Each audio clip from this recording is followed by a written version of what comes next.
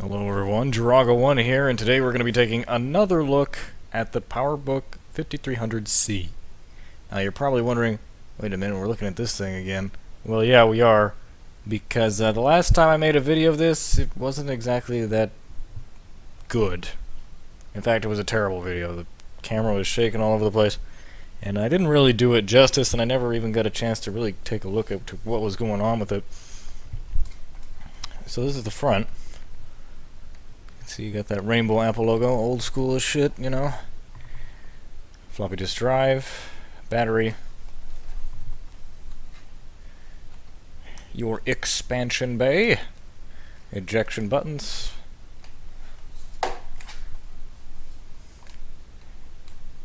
here's your audio, in and out, Apple desktop bus, and some other things that I really don't know what they are. And we have here is our IR sensor. Now, I believe this is actually for, this is proprietary port for docking stations, and this is display out, I believe. So, and I think that's an eject button for said port. But, yeah, it's just some old junk, you know, and then of course there's where the power goes in. We look at the bottom, you can see here that it was assembled in the USA. You don't see that much anymore, do you? So yeah, assembled probably 1995, if memory serves. Okay, so these PowerBooks either powered on when you open the lid, or you plugged in this. Now, since the NiCad battery in it is completely dead, opening the lid's not going to do anything. Optionally, there's also a power button right here to turn it back on if you still have it plugged in or whatever. So what I'm going to do is I'm going to go ahead and plug this thing in and watch it boot. So while this thing is booting, let's take a look at some of the discs that was with it. Since last time I used it, we have apparently a Blobo disc,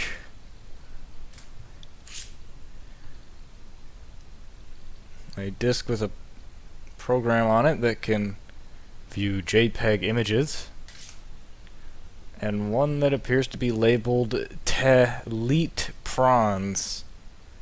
So yeah, we're gonna find out what's on that one. And there it is, the desktop. So let's say you're sitting down in your office and you're ready to start using this for the day, and then you realize, oh crap, I didn't plug my mouse in. See, with Apple Desktop Bus, sort of like PS2, the system needs to be restarted if you actually want to use this. You have to keep it plugged in from the start. And I really needed to get this mouse because this is just a nostalgia trip for me. I mean, look at that thing. I remember using this with Macintosh LCs in my elementary school playing Kid Pix, and I will get to videos where we take a look at Kid Pix using this mouse, if possible. But the good thing about old Macs is they shut down in 1 second, and it's off. Pretty nice. Alright, so I got the mouse plugged in, and we're going to use this instead. There's our Happy Mac. Man, this mouse is smooth. Oh man, look at that. I don't know if you can see that, but look how smoothly that mouse cursor moves. Oh man, they don't make it like this anymore.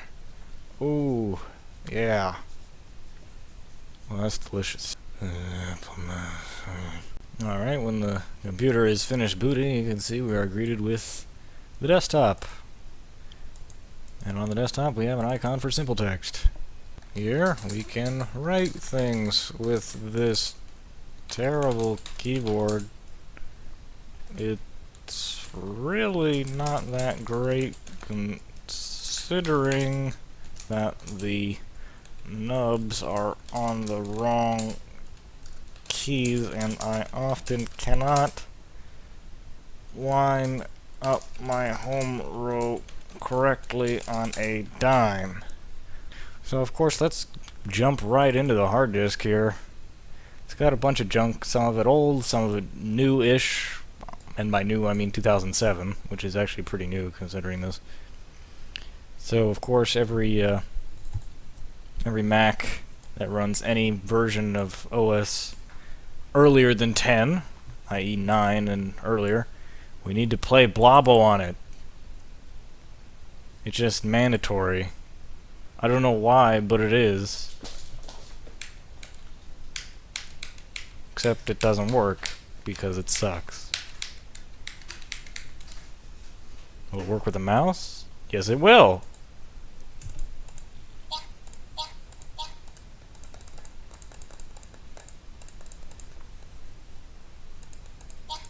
Many hours were wasted playing this game in summer school back I don't know when. A lot of kids in the class were not actually able to beat this level, and even if they did, they weren't able to beat the second level, which is critically impossible. But I'll be doing a in-depth review of this title in another video, so stay tuned for that. Alright, there are a couple other goodies that I put on here, mainly MIDI files from the Return of the Incredible Machine, contraptions, MIDI files that have been kicking around my systems for years and years now. QuickTime can chew them up. And it's all played through this mono speaker right here. There's a text document listed, you can't do that. Terminator soundtrack, huh?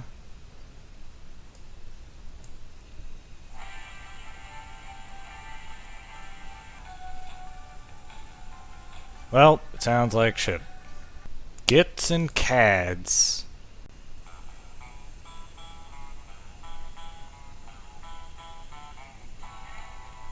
Spelled Cadillac's wrong. Apple Extras. Wait, what? Letter to Apple. This should be good. Letter for Apple Computer. Dear Apple Computer, I really love this computer you made, the PowerBook 5300C. It works great for my whole life. My text, my games, and my text and my games. It works great. I hope you make a newer software to run on this because I see my friends with PCs and it looks better. But now people are telling me that this is a very old laptop and that I should get the latest. Should I? This is suiting my needs so well. I'm also looking for a new battery for this computer. I don't know if this ever got sent. Macintosh file. Play the sound. Hello, Ian Anderson speaking to you from the microphone built in the PowerBook 5300C. It was made around 1995. It's an Apple Macintosh, as you should know. It has a trackpad and everything, and a keyboard that's kind of funky. So, see you later. I sound like a baby. JPEG. Parrots.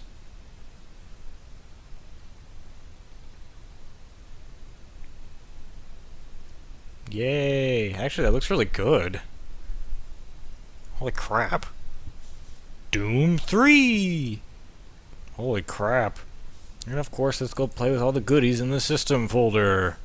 Ooh. These icons are so cute.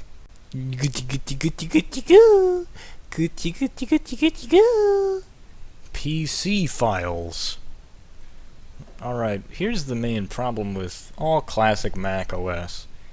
If it reads any file from a known Windows-based file system, even though it can read the file and you can copy it and whatever, you won't be able to use it because it's marked as PC, tainted with PC cooties, and you can't even use the file.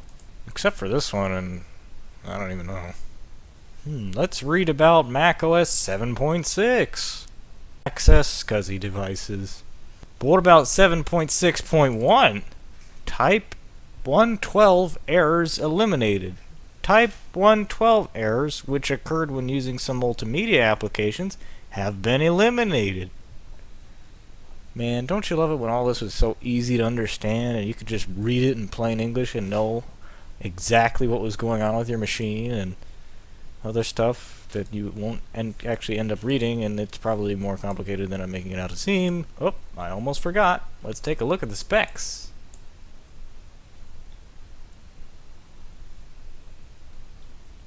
Wow. Ooh, an actual video game.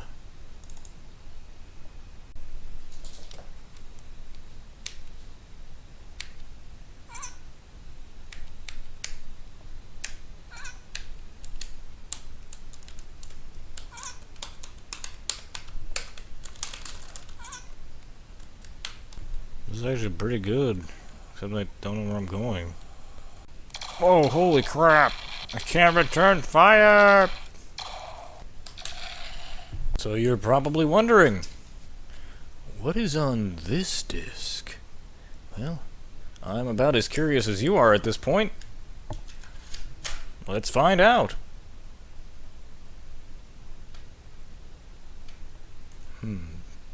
Disc named Epic. Seems legit.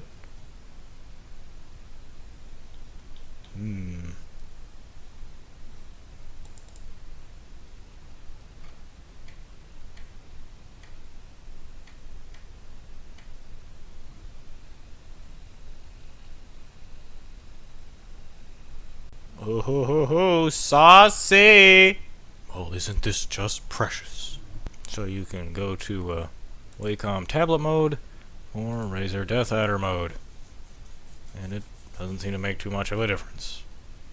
So yeah, there's a bunch of simple little control panels in here that pretty much change a single setting for each one of them. The most entertaining, of course, being this.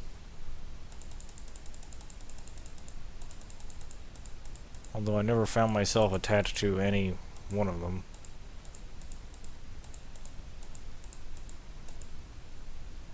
Okay, it somehow found the parrots.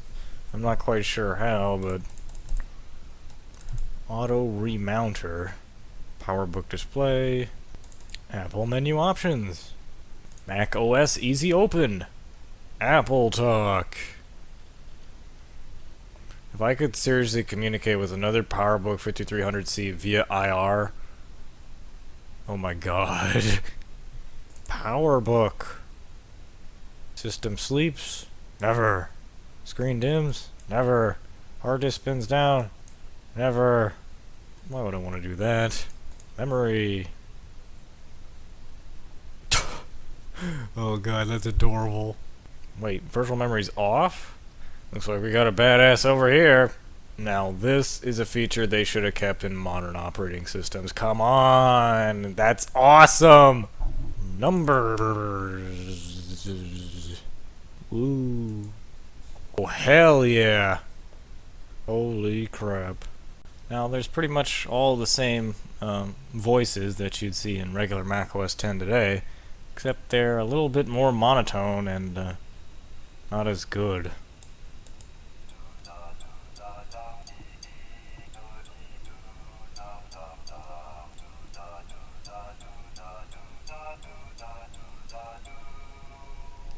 In another video, I'm going to be looking at Macintalk on this system in depth, so stay tuned for that.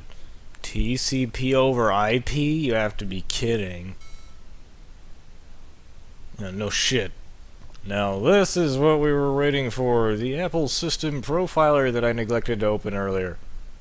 As you can see, we have a PowerPC 603E at 100 megahertz, 24 megabytes of RAM, virtual memory is off, total memory 24 megabytes, disk cache is on as we saw earlier, Apple Talk is enabled, file sharing is not, startup device is unknown, and there's not really anything else you can click on like you can in later versions of this So, oh well.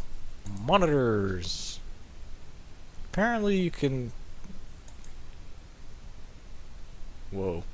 Apparently you can use thousands of colors, but it goes into this faux widescreen mode, which is kind of hilarious. And you can go back to using the 128K Mac if you want. Hell, and even System 7 had monitor arrangements. Check that out. Launcher. This is the precursor to the dock, sort of. Except nobody friggin' used it. Or maybe I did. Because I was like, ooh, let's make it like Mac OS 10. Then I can really power use this thing. General controls. Show desktop while in background. Show launcher at system startup. That must have been what that was. Shutdown warning. Warn me if computer was shut down improperly. Protect system folder. Protect applications folder. I don't have an applications folder.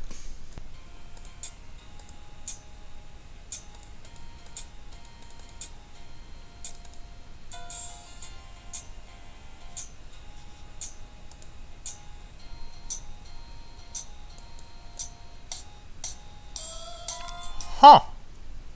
Uh-oh. High priority interrupt.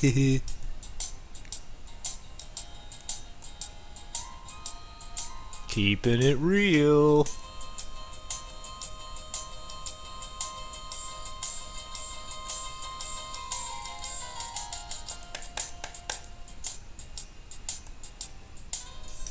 Nope.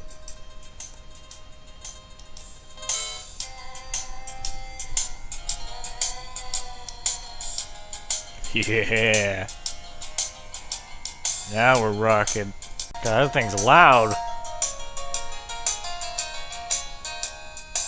I'm slightly deaf.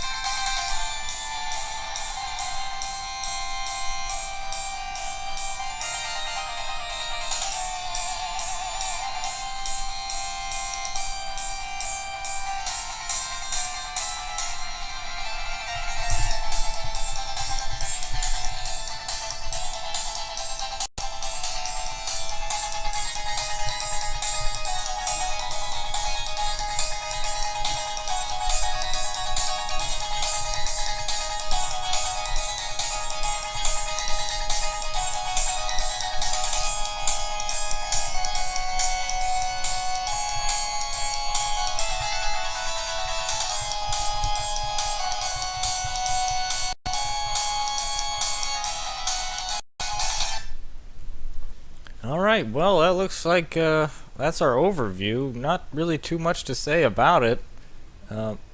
Pretty much just revisiting everything I did with it in my last video. Except this time it looks a little less like crap. So, yeah. So, we're going to be taking a look at a couple of these things more in depth in future videos. But until then, I will see you guys next time.